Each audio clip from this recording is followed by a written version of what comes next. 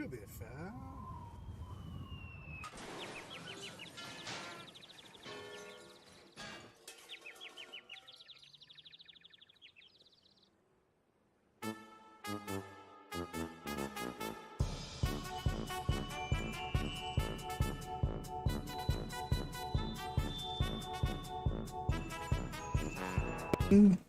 Oh, that's completely not what we were supposed to go to. Oh, wow. That's That a lot looks of my good. face everywhere. So much awful.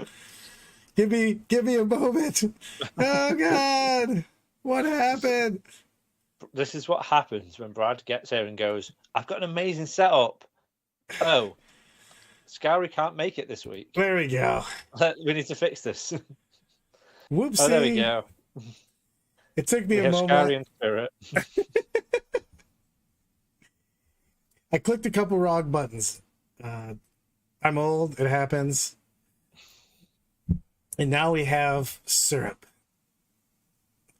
Send in the Chester. So we're going to talk our recap. We're going to talk about things that happened, things that went down. The WTC Experience World Team Championship. We have 2, including today. More. We're going to talk about the results. We're going to talk about drunken shenanigans. We're going to talk about everything that went along with it. And there were plenty of all of those. I know several people came back to me after the event going, who and what is Bradchester? I like not just who and what. Like, I don't know how much you remember of Dylan. You scarred that child. Ah, he was a nice lad. Until you started shouting at him and calling him Paul. Yeah. So, for anyone who hasn't been to a WTC or isn't quite sure what goes on there, the Wednesday night, things just get messy. Yeah. So we found a bar in the main square, and you had half of America, England, Wales, Sweden, Finland, Germany, Scotland, Australia. We had the Netherlands. I would say we had the Netherlands in. There was about 80 people sat drinking at this bar, and it was 2 young waitresses did on a Wednesday night in a quiet little town. No idea. Outside of Brussels. No one had told any of these people of the restaurants and the bars and stuff like that anything was happening. The locals were like, "Why? What? Like, what is this? What is happening?" And then we all went to this one bar, which had a water feature. Well, it did later on in the week anyway. And they were just sat there going, what is happening? The police came and we just stood there going, hi? Like, hello? Like, what? Why are you here? This is a very, very quaint town. They said the girls said before that sometimes the police get called because they play music outside. And well, we were loud. They didn't shell shots, guys, but I want to tell you the international way to get around people not selling you a shot is to order Old Man Brad style. I ordered 4 Jack and Cokes, no Coke, and I ordered 4 gin and tonics with no tonic. So, and they didn't know what to do, so they just filled the glass up with liquor. Yeah, they were very liberal with their servings, and yeah, it was good fun. So I'm just trying to find how many people live there at the moment, because we were in Mechelen, which is a half-hour train northeast of Brussels, and it's a beautiful place, but there's not much going on. And the thing is with the tournaments, when you go to a WTC event, we play Friday, Saturday, Sunday. Thursdays, everybody usually comes in on a Wednesday-ish. Wednesday's a big day for socializing, hanging out. Because Thursday's usually your team getting together, playing some test games, going back over pairings, going over your philosophy, taking a look at the actual tables.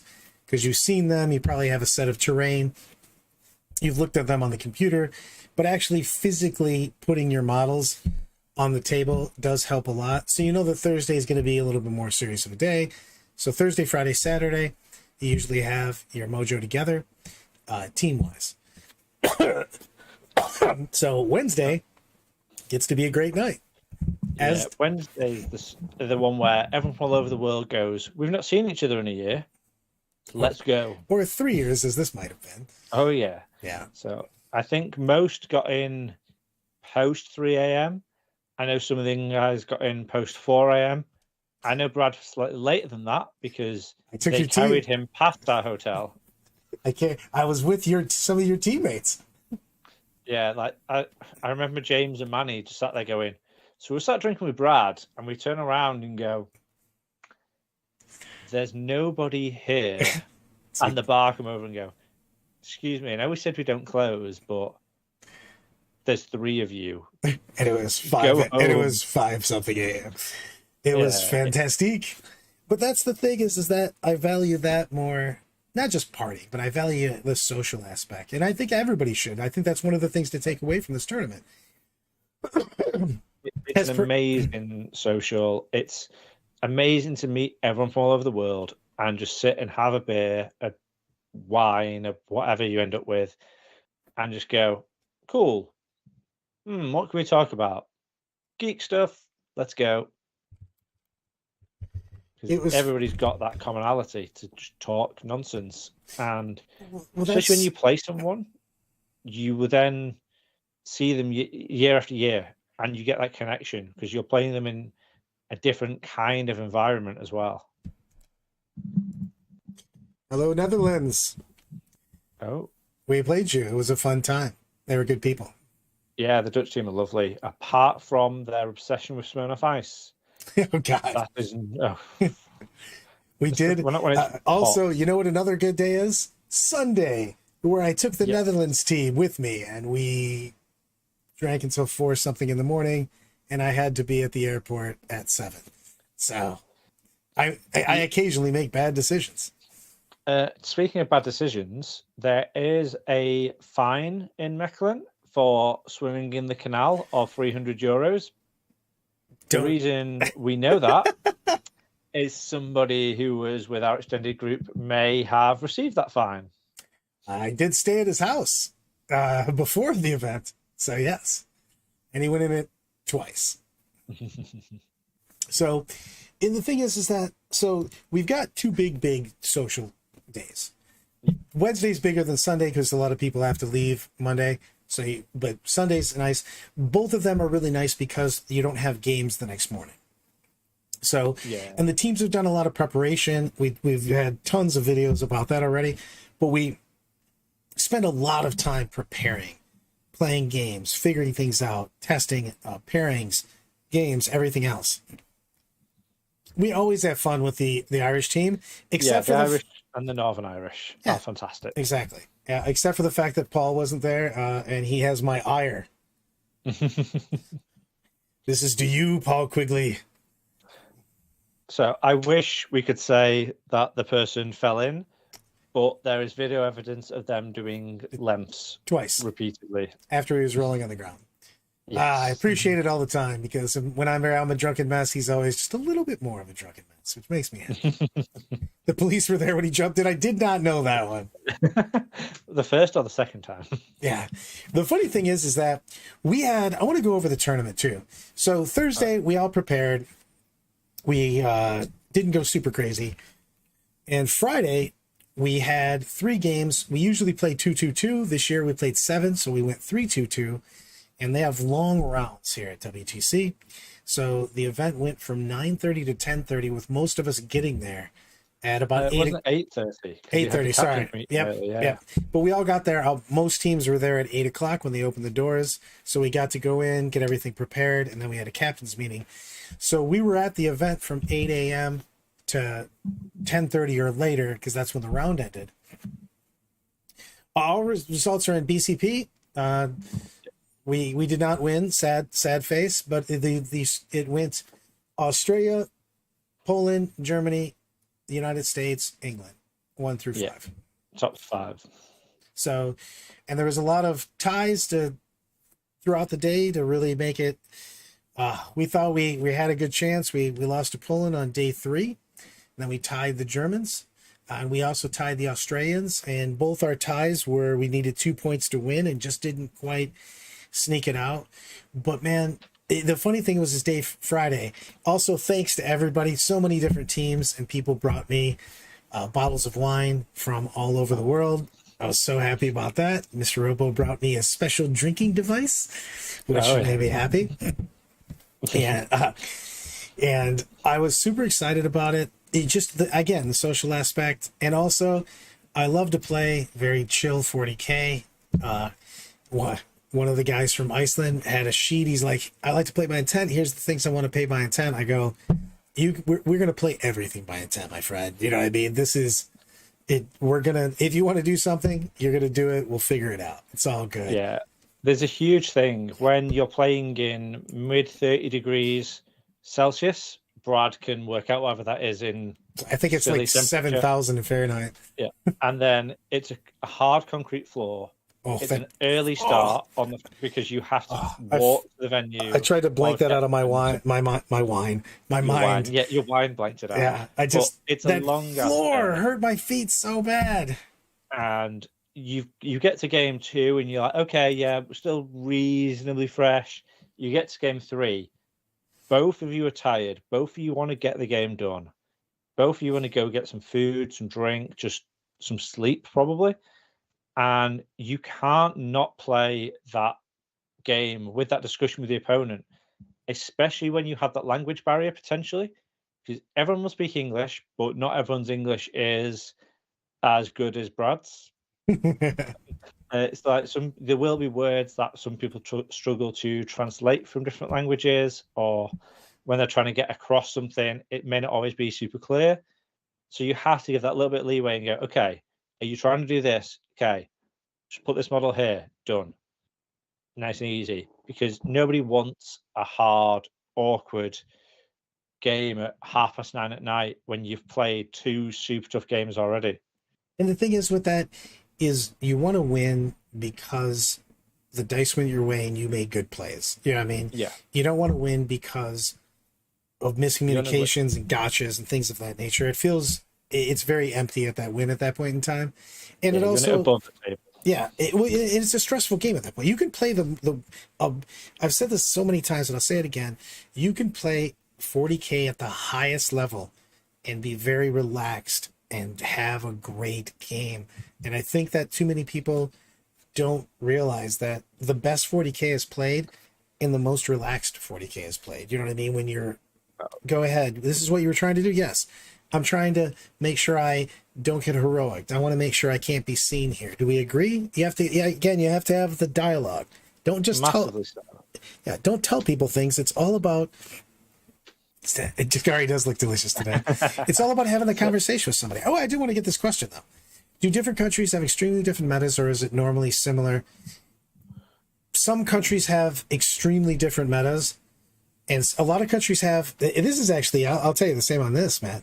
You've seen it when we talk to a lot of the Eastern Bloc countries, where they have similar metas, but they think that the matches are significantly different than other people do. Yeah, I think WTC, you tend to find the country's metas may be similar, but what they bring to that team meta could be wildly different. So the Germany, for example, this year, if you look at the German meta, it's not too dissimilar. It's reasonably the same as elsewhere. Yet they took a skew on a lot of their lists. They had a very mortal heavy Nid list. They had a potentially mortal heavy Drukhari list. And they tried to do certain things in certain ways within that team build that were a little bit off meta. But that's not like you'd see those lists at every event. But they tried to be anti-meta. Yeah.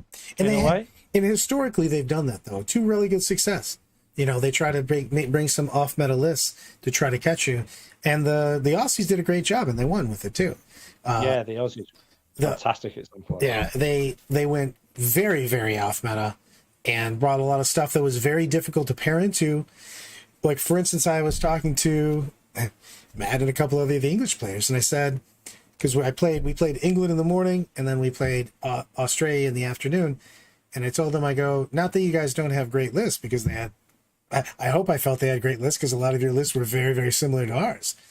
Yeah. But that's the whole point, is I know what you're trying to do. I didn't know what some of the Aussies were trying to do exactly pairing-wise with their list, because their lists were so significantly different.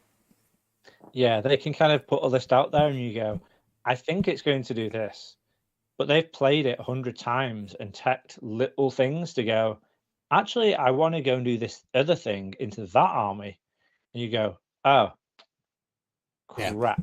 Yeah. We didn't spot that in the pairings. 3 games are wrong as a result of that. That could be the difference between winning and losing a round. And it's a big deal. Like, for instance, America had a mostly rookie team. So there's a lot of things that happen team-wise at WTC, play-wise and everything else, that are different than anywhere you're going to go, because there's a lot of people that are veterans and play a lot more team events than the United States does, where they get a good feel for, this game is going not my way, I'm going to score points. Where in a singles event, it'd be a 20-0. Now it's a 13-7 because that other player pulled points. And that's a big deal in how you play. Also, I have the advantage of knowing a ton of the players, so I know who's a lot of the best players from a lot of different countries, just because I've been 10 times at WTC. So it makes a big difference, because at any given tournament, you'll play 1 or 2 tough games. You're going to be playing a lot of tough games, like, all the time. Yeah, there is a huge advantage as well for going to these events and having players that are known. So, for example, when England played America, me and Brad, we talk a lot, and I was like, Brad is a defensive player. Brad will want to... Oh, look, Brad's first defender. Shocker. Yeah. The best part about that is, at the table we were pairing across from each other, we flip over the cards, and the entire English team effectively went, oh, look, Brad's first defender. We're all so shocked. Or something of that nature. I was just like, yeah, whatever. Just deal with it and give me somebody. Right. Maybe he's going to be second defender. No, he's first. Okay, cool.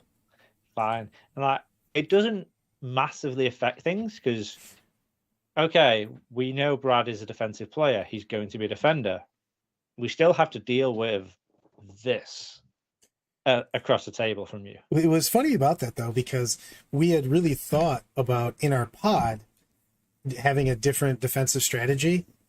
And then I kind of just went, is anyone going to believe that I'm not defending? Or I'm either defending or I'm first attacking, you know what I mean? Depending on what's happening. I go, that's it. They're like, I don't think that we're fooling anyone if we do something different when we go into it. So yeah, I think especially because in this instance anyway, America went in as one of the strongest teams in their pod. You can kind of take some stuff away from what happens in the pods, but then it's the round 4, 5, 6, 7 that really kind of skewed the top teams. Because the way it worked this year, for anyone who's not been fully up to date on this, the 28 teams were seeded and put into pods. So 1 to 7 were all separate, 8 to 14, etc. So you end up with kind of a favorite in each pod, and then historically the stronger team. And then after that, I just went to pure Swiss, which it ended up working a lot better than I expected it to. And the draws, which are more interesting. It's like we had a Poland-Belgium round 1 draw, and everyone went, oh, have the Belgium stepped up that much, or are the Polish just not quite with it this year? And then they went, okay, bang, did you get out of here? They destroyed everybody else after that, apart from the Aussies in the last round, but they ramped it up. And it's not like they could submarine, because getting that draw didn't give them easier games, because they then went and won their next 2, came out of their pod on top, and played into, I want to say, Germany just after that. Or they had it tougher. I think they had almost as tough of a run as us. There was brutal. If you were in the top 5 this year, you played everyone in the top 5, so it was just so hard. Yeah, you played at least 2 or 3 of those teams. We played it right in. We played it in order. We played the Aussies. We played the Polish. We played the Germans. We played the English. We were just like, here. Yeah, we ended up bouncing into you guys, then to the Dutch, then back up to the Aussies, and then down to Spain. So we kind of went right to the top, table 1, down a bit, up to the top, down a bit, up. So things happen. I want to answer this because I'm very passionate about this. Speed, do you prefer team events or solo events? Team events. I might not. There's a 1,000%. Yeah, there's a chance if we do enough team events in the States, or if I'm able to travel more internationally, that I just won't play singles events, except for maybe a few big ones here and there. But the team event is so much better. One, I actually think it makes better lists because you can make more pure lists. I do it with quotations, but you can make lists that can avoid just random things. Like if Matt goes, this list destroys everything except for knights. Well, in a team event, I just don't have him play knights. So he makes the best list possible. And in singles events, you have to make sure your list can kind of handle everything. So you get almost a watered down version of your list. The other thing is that I had a bad game. I had one game where I made a mistake. I made a couple mistakes, and then the Lords of Dice went, I heard you made some mistakes, and just pummeled me mercilessly. And in the singles event, you're just kind of on autopilot after that. Well, I had to play the Germans the next game. So, and that's what I love about team events is every single round is almost like a new tournament. It's such a big deal that where are we now? It's such a big deal that you're rocking that out. Because every single event, every single round is totally new and it's fantastic because of that. So it's such a big deal as you play. Yeah, because I went out for breakfast yesterday with one of the guys who had just come to WTC for the first time this year. He wanted to get involved. He's sat in the chat now, so I've got to be very careful what I say. And his takeaway from it was, okay, wow, that it's not like any other singles event. You can be a very good singles player, but you step out of that singles meta, go into this team, and it's a week with a group of people. So you have to have that social level of you have team meals together, you go for team drinks together, you walk to and from the venue together, you have lunches together. At the venue, you do your pairings. You spend a lot of time around this group of 10, 12 people. You have to have a personality that is you can get on with everyone. You don't have to be best friends with everyone, but you get on. You have to get along. And then no, it's just such a big thing. People underestimate the social aspect, and it doesn't mean that you have to go party with everybody. It means that you have to be mates with people. You have to gel, because you also spend a bunch of time before that back and forth with ideas and everything else. Practice, weekends, etc. But then you get there and you might have the shit role for a team. Your job might be go out there and take the nastiest matchup and get beat in every game, but get 7 or 8 points in every game. Stop them scoring 15 to 20. And that isn't an easy thing to do for everyone. Some players love sitting and just going, cool, I know I win all the singles events normally. I'm going to go and get beat every game, sure. But that mentality switch can be hard for people to switch on 100%. Every game and just play to grind those points. We had to ask people on that. That's one of the reasons that I play the way I play. One, it's my style, but also it's hard to know that you're going to take some losses because you're just going to. You're going to take a loss or two. You're going to get some very small wins or draws as you go through. And that's another reason that I prefer the team events. If I go to a singles event and I lose 7 games in a row, I feel like I need to go run into traffic. Yeah, if I play a team event and I lose every game, but I score 8 or 9 points out of 20 against their best list, I'm the MVP of the team. I pulled points away. It's amazing. It's like I took a list that the design going into the event was to go and get big wins, get big points for the team. And in most of the games I did that, one game went against me. my last game I got 10, but I got 10 against Tau Wow. on a pretty open board, and I was like, great, yeah, I should have got 5 or 6, and I walked away with 10 points. But I sat there with the coaches all the way through going, I'm getting more points than I should have been. I'm getting more points. I'm going to get more points. I'm not getting many, but I should just get a few more points here. And that means that someone else, if their game goes slightly wrong, all of a sudden they've got that little bit of a leeway. So I predicted I'd get about 5 points in my game. If I'd got those 5, we would have won the round by 1 point. But I overscored a bit. Someone else might have underscored. You've got to have that little bit of, okay, if I can get this extra point here, if I get 2 extra points here, it makes up for one of the guys making a mistake, a little bit of bad luck, their opponent just doing some play no one's ever thought of. All the things. I do have to go to this question. I think the burning question is compare the wine choice for a WTC game versus a normal event. I was lucky in that, one, they had wine at the event per bottle, of course, the only way to buy wine. Just for you. And exactly. And I did drink all of it. All of it.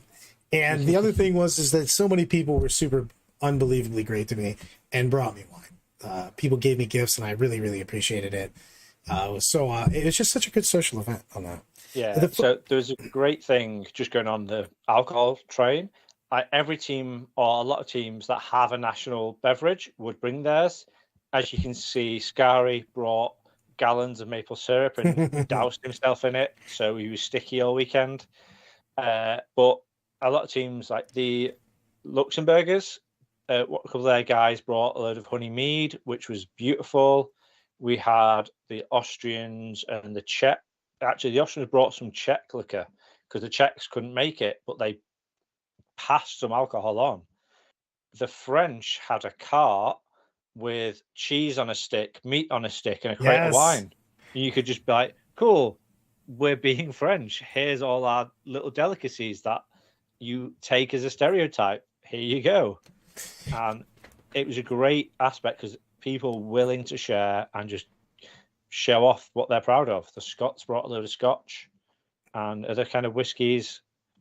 It's just really good from that aspect of things. I mean, and there's so many people that, like, I don't know. I just have such a good. This is the reason I travel across the forever the Atlantic to go to this. You have the highest level of play, one, because everybody brings their best players. So it's not like playing at a regular event where you're gonna have a couple easy games, you're gonna have a couple hard games. Every game is going to be a tough game because they brought their best guys. Also, almost all of these games are so chill. I've had very few games over the course of these tournaments because people want to play by intent. I give props to Neil and the boys, Innes, everybody else, all the judges, the refs. They're very, very big on making sure you're not an ass during your game, and you will get carded very quickly if you do ungentlemanlike behavior. It's a big deal there. So I played the Australian night player in round 6, I think it was.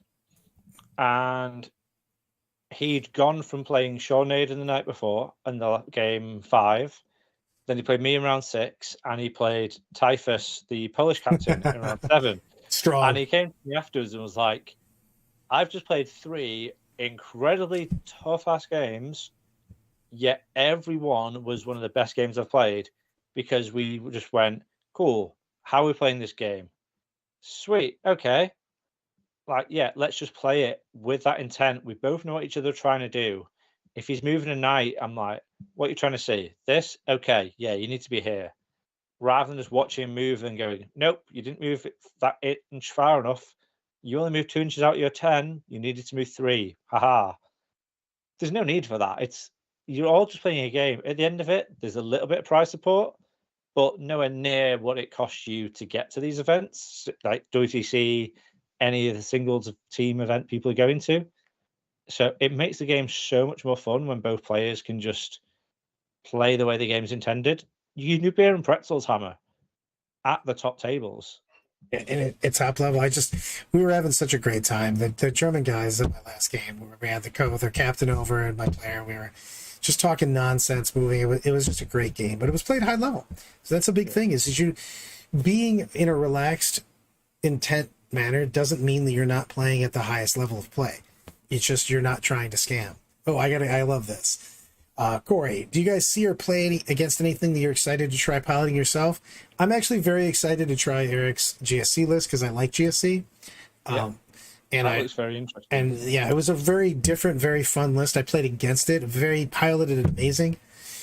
We had a great game on that, and I was really like some of the interactions were very, very different. And I just like playing GSC because they have so many tricks. And I think, especially in a team format, they can be just crazily good. He also destroyed people over the weekend. Yeah, it's like I know Liam Hackett from Australia also was, I think, the top scorer at the event. Yep. I know at least one person locally is looking at trying that list or variations of that concept. So I'm sure I'll be playing against that soon. And me, I want to get some knights on the table again because I used knights a lot in the past. You like the small knight list, Matt? A bit of both. I like one or two big. Big stumpy robots is fun. I've gone from playing tons of fast moving models. I want to play something a bit slower again because it's always great to mix up your repertoire because it keeps your skills in different aspects rounded. But there were so many lists that we looked at pre-event and went, ooh, okay. So like, there's a couple of NID lists caught my eye. The German one being one of them. The Italian NID list I thought was very good as well. The German list he's talking about is a ridiculous mortal wound spam. Triple zoanthropes, triple neurothrope. It was double harpy, double parasite, double harpy, double parasite. Yeah, I was just looking to just crush mortal wounds out. Very scary list for sure. Yeah, so stuff like that, because you look at that and you go, yeah, okay, that definitely works, but it's so leaning into one thing. It's not your norm. So I think it'd be very enjoyable to play as well. And it's probably more interesting for opponents as well, because it's something a bit different. It's a new challenge for a lot of people. But there weren't that many lists that stood out pre-event of going, they're all variations, but there were a few that were like, okay, that did a lot better than I thought it would. Yeah, I want to see a bit more of that on the table. I was surprised at their Death Guard list too. He did all right with that. Yeah, Death Guard are one that I've not really played around with too much recently because a few of the other guys on the team tried it and we were like, it does a decent job, but it just kind of didn't fit what we needed it to do in the setup. I think you have to get it into the right stuff because against other melee armies, it's amazing. Because somebody that has to come to you, whew. The problem is that an open board and somebody just goes, "You're really slow, right? I'm going to shoot you from back here." Enjoy taking saves. It's like one thing I do massively want to say about WTC though, especially with it being set in Belgium for the next 2 years. If anybody has any interest from UK, Europe, it's a little tougher from like the States, Australia, etc. Get yourself there, play the singles, hang around for the teams, get associated with, even if you don't know your national team too well, just reach out and say, hey, I'm there. Can I coach for you guys? We'll literally bring you in. We had multiple, both of us had a lot of coaches, and it helps so much. We had 4 coaches this year, and it was invaluable because we got our coaches, while we were doing the pairings, the 4 of them and whoever else they could grab from opposing teams, players, would go and set up the boards and ensure the objectives are down, ensure all the terrain measurements are right. So we could walk over to the table and go, cool, we've got 3 hours 40. We don't need to spend 20 minutes setting up the table. It's done. Amazing. Invaluable job by those guys. I have to give some props to ours. We had Werner and Nick doing all the regular coach, figuring out who's scoring, paperwork, everything else. We had our MVP coach of Josh. who Josh, amazing. just was getting all the food. He went to the store, got a cooler, got ice, got towels, so you could have a cold towel over your neck. Different drinks, was making food. He was dry. He drove there because he lives now in Belgium. So he was just cruising around. He did so much for us. He was like legend status. He was just insane. Yeah, those ice towels he kept putting around, because when England and USA played, he left his cooler next to me and Sean and was just like, here's an ice towel, here's water with ice in the super hot temperature as well. And it's an intense thing. You need to keep yourself hydrated at any event, not just this one. Like hydration, I would love an isotonic drink and a Snickers when I'm playing 40k, or just some chocolate with. Such a big deal. The funny thing is, he was in charge of making sure I drank water while I was next to my wine. Here's your water. You gonna try to drink some wine? Well, here's your water also. There you go. So it's a big deal though, because you're just gonna perform better if you feel better. You're starting to get dumped as somebody that has all kinds of health issues. It was very, very nice. I did have some tough games, I'm not gonna lie. I thought Nick was gonna play for me one round. Was that round 7? No, is that I actually going into the Polish game. I didn't drink anything in the this is how bad I felt going into the Polish game. I did not drink any wine. And that was the one you lost. Exactly. There must be a correlation there. And I cannot, if I don't power up, I can't play 40K. It's ridiculous. I can't play under these conditions. So, but I had such a great thing on this. And the thing is that we're going to wrap up next week. We're going to wrap up more of the games and stuff, the details when Scary gets back. We just wanted to get a general overview. It's just, the big thing is that if you get a chance, like Matt was saying, please, please, please come to the event. Just jump into the team. We will literally embrace you. Jump over to the tables and stuff.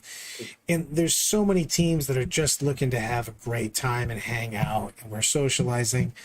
But everybody's trying, we're trying as hard as we can to win, but we're also trying to have a great time. You know what I mean? In the end, again, as I say all the time, we're playing with tiny soldiers, guys. You can have fun.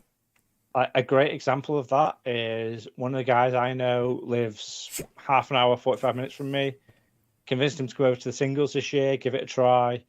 He got a plane over, played the singles, and about a week before that, the Irish who reached out were like, we don't have a 9th player. We only have 8. Does anybody know a coach? And he's met them before and kind of went, I can chip in for a hotel and I'll change my flight.